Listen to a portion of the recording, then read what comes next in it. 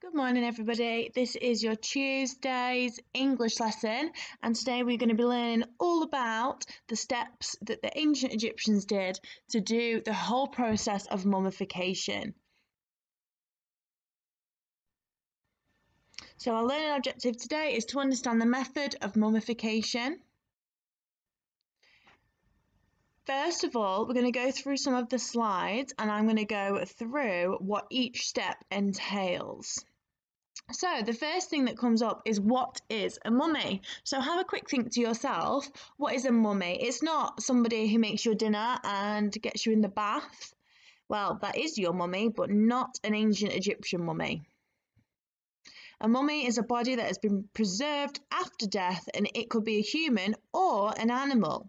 Because as we know, most pharaohs wanted to take the things that they loved with them. So a lot of the time, if they knew they were going to die, they would kill their pet, as awful as it sounds, have them mummified as well, so then they could take their pet with them into the afterlife.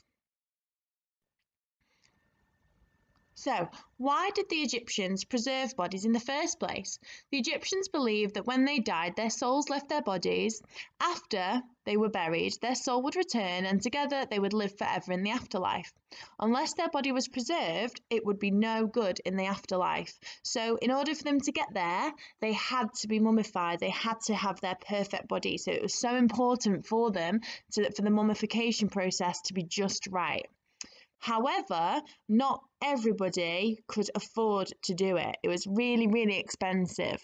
And it took around 70 days to complete. So only the richest of Egyptian society should be mummified, or could be mummified. So the pharaohs, the priests, the kings and the queens. However, if you were a slave or a guard or somebody who wasn't really high up in society, they just buried you in the sand in a pit, basically. So not very nice, but it was very expensive. So only the rich get to the afterlife, I'm afraid. So how did it start? The first ancient Egyptians didn't go through the long mummification process. They were just buried in pits into the sand, and their body dehydrated in the dry heat of the desert. So all the sand sucked out their moisture, meaning that they will be able to be preserved. So there was no more water in their body, so they wouldn't go moldy or horrible. They just dried up, shriveled up in the sun and in the sand. However, you may have been eaten by wild animals. So if there's anything wild wandering around ancient Egypt and they saw a body just being dehydrated in the sand, they probably were going to eat it. So you didn't want to enter the afterlife with a half-eaten body. So to stop this happening, they started using the coffins, and then instead of using sand to dehydrate, they used a thing called natron. By 3400 BC, they had developed the method they are famous for today, and that what we are going to learn today. So the first thing I want you to do is copy this link, which is in Dojo as well, and I want you to watch it and make any notes on the mummification process. So you could write some bullet points, you could write some keywords, so anything that takes your interest. You can watch it more than once and then come back to this video. So there are 7 simple steps. So as I go through these steps, again, you can make some notes, or you could even draw some pictures that will help you remember these steps. The first one is to simply wash the body. They would take it to a place called the Beautiful House. It wasn't beautiful, as the name suggests. It was basically where they kept all the corpses and big tables and all the things that they would need to mummify the body. Very similarly to a morgue or a funeral parlour, like now, where they keep them so the bodies don't go mouldy or don't go horrible. So it's somewhere that will keep them nice and preserved whilst they get them mummified. First, it was cleaned with palm wine and with water from the River Nile. So obviously, if they had anything on their bodies, it had to be cleaned off so they had perfect skin. So they had slats on the table so that the water could then rinse off and go through onto the floor. So it would let the fluids drain out of the body. So that's step 1. Step 2 was all about the organs. So they would make a left side incision, a cut on the body, and they would remove 4 of the organs. See if you remember from yesterday which 4 organs they are. It was the liver, lungs, intestines, and stomach.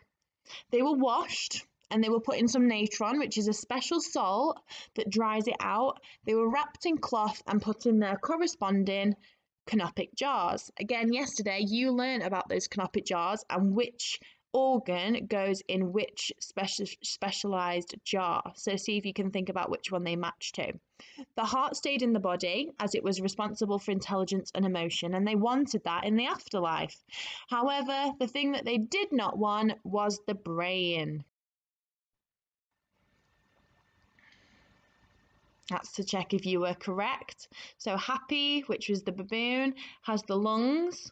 I always remember that because a baboon or a monkey thumps on his chest, like in Tarzan, and in your chest are your lungs. Then we've got Imseti,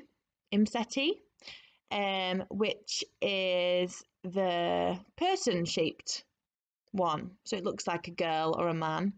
And they have the liver. Then we've got Duamchui, which is the jackal that looks after the stomach. And I always remember that because a jackal is very similar to kind of like a hyena or some kind of wild cat. And they like to eat raw meat. So I always remember that because they have like a hungry stomach. So they have their stomach. And then we've got this one, which is really hard to pronounce. I have to sound it out. Quebesenuf, which is the falcon-headed god, and they look after the intestines. So see if you got that one right, and that's where they go. So as I was talking about, they have to take the brain out.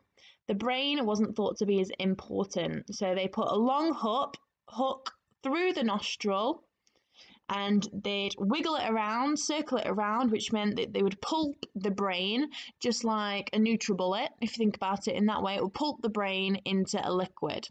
They would then be able to drain the brain out through the nose, which is disgusting. So they'd tilt the head forward, and then gravity would take its course, and the brain would come straight through the nostrils, all in a liquefied, gunk, gooey, slimy kind of texture.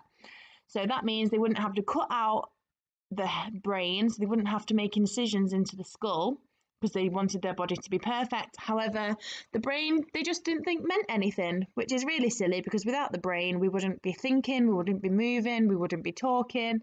So obviously their thinking was a bit off there, but they thought, nope, don't need it. I'll turn it into a liquefied pulp and then just put it away. Don't need it. So that is the third step.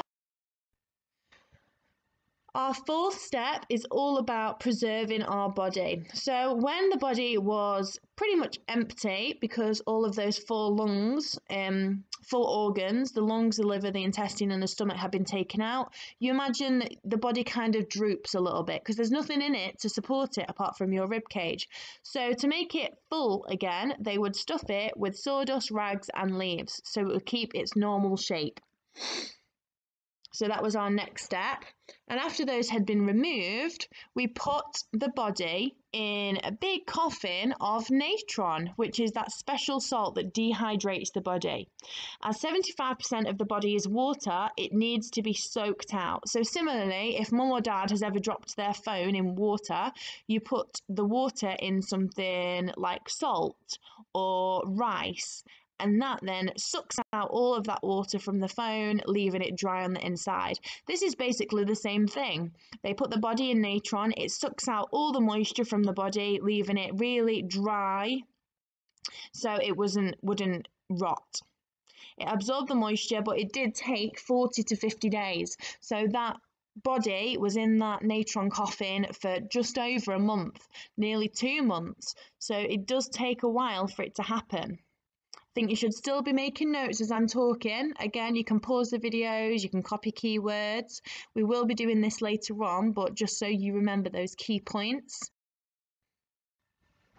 Next one, so now my body is taken out of the natron, it is nice and dry. Here comes the important part of wrapping it up in the linen.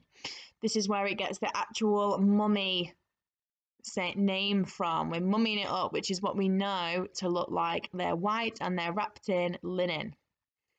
So the resin, which is like the linen, was coated in this balm. So it's a bit like oil or moisturizer. And therefore it would make it nice and smooth. And it was wrapped in this linen, hundreds of meters of it, and up to 20 layers thick. So obviously you can't see any of the skin or the flesh underneath. It looks like a really thick mummy. Whilst they were wrapping, they would put some amulets within the linen, as they all meant separate things. So the head and the neck would be wrapped first, and then the fingers and toes would be wrapped individually. So imagine how long that would take to wrap individual 10 fingers and 10 toes. The arms and legs were then wrapped separately, and between the layers of the linen, they would place the amulets, and they were seen to protect the dead person in the afterlife, so to keep them safe. So as well as the amulets, sometimes they had some papyrus in there. Sometimes they had the Book of the Dead placed between their hands, so everything that they might think that would keep them safe or help them go into the afterlife, that was also put in the linen.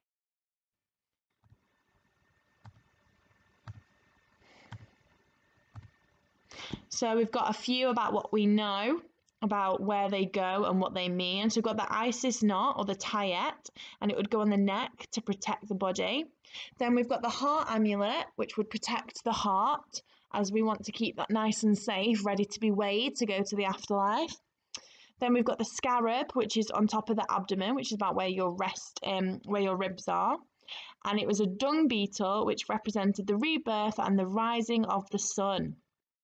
And then finally, we have the Eye of Horus, and that was placed on your belly button, over the cut to remove the organs. So where the person had cut on the left-hand side, so it's the left-hand side of the belly button, and it was a symbol of good health and that the eye of the falcon god Horus was looking out for you. So that was just to say, you're going to be healthy in the afterlife. Notice how this mummy's mouth is open. So we're going to talk about that in a minute.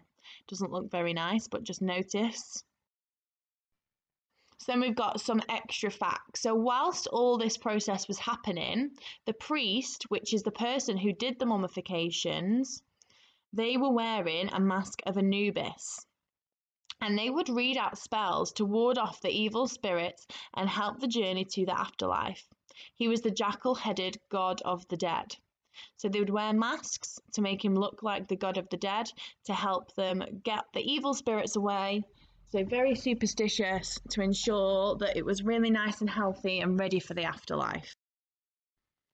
So we've got mummia, and that is like a tar paste. It's a bit like moisturizer, and it was used as glue to wrap it together. So sometimes you think, how on earth did all this linen stay on the body? So they used this like glue so that the final piece of linen was placed over the body. It was stuck over the body, so meaning that no tomb robbers, no one from the future, they didn't want anyone getting into that mummy. And you can see on the picture how thick that linen is, because on the shoulder you can see it's been cut a little bit, but it's so thick you still can't see the skin. So it's even probably a little bit more than 20 layers, and it's really hard to even see the outline of the face, but this glue helps it all stay in place. So the mummia. So finally, we have all about the coffins. So the death mask, as we know, was put onto the person, and it looked like the person when they were alive. So Tutankhamun had his solid gold death mask, and that was put on top of their bodies, so they knew that when they got into the afterlife, they knew who that person was, because obviously they were mummified, so they didn't know who that person was underneath. So the death mask was a sign of identification. The mummy would then be put into the wooden coffin, or if they could afford it, a solid gold coffin. And then the coffins would be different, all elaborately decorated, so loads of different colours and hieroglyphs and beautiful paintings. The first coffin would be shaped and painted like a body. And then the one after that, like the Russian dolls, might have been made out of wood with hieroglyphs. And then it kept going and going and going until we got into the sarcophagus, which is the huge stone one, with lots of hieroglyphs on the outside, and it had the false door to keep people out, and it was so heavy that nobody could get into it. So the funeral was held, and very similarly to today, funeral songs were sung. So people were there saying goodbye, saying their rest in peace. And then there was a ritual called the opening of the mouth, which is why I wanted you to be aware of the picture of the mummy that had their mouth open before. And this was performed so that the dead person would be able to eat and drink and speak in the afterlife. So they would have their mummification and their linen wrapped around them, but they would be able to eat and drink. So they would cut open the linen and open the dead person's mouth so that they'd be able to put things in it. And finally, we'd put it all in the sarcophagus, along with their valuable objects, food and drink for everything that they will need in the afterlife, as well as probably their pet. So, the first job that we're going to do today, you should have been making notes as we're going through, but do not worry because there is loads of information on the sheet. So the first thing I need you to do is find the sheet that looks like this in your pack. So pause the video here, find your pack, find the sheet, and then we'll carry on after that. And then you also need the 3 sheets of paper that look like this, that are called the process of mummification. So you've got the one that's got the pictures on it, the 7 pictures, and the 2 that have the blank on the left-hand side, and then on the right-hand side, it's got the subheading of clean, organs, brain, dry, stuff, wrap, and coffin. So you should have 4 sheets in front of you.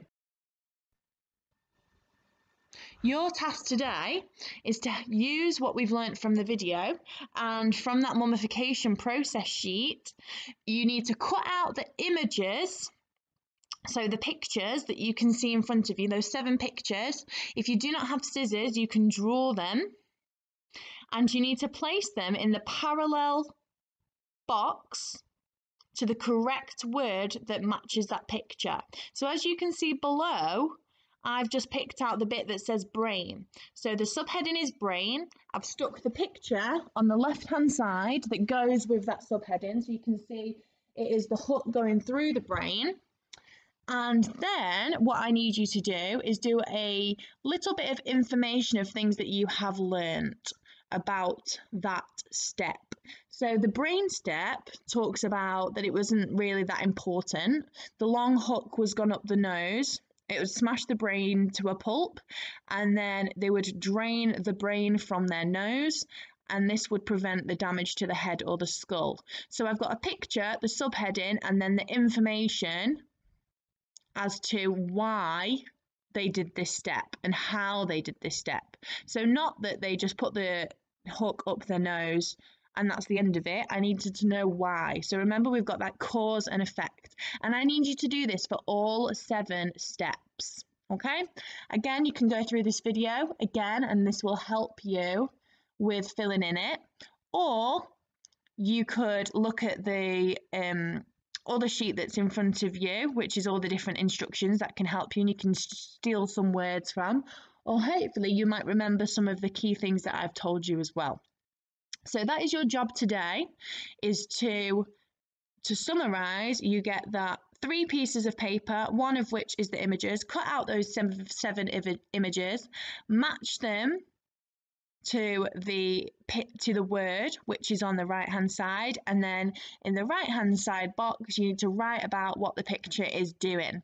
So you can freeze the screen here as a reminder of what you need to do, or you could watch it again and then that will help you as well. I would like to see them on Dojo, as always, uploaded to this task. And then this is going to help us for the rest of the week as we remember these 7 steps for our explanation text.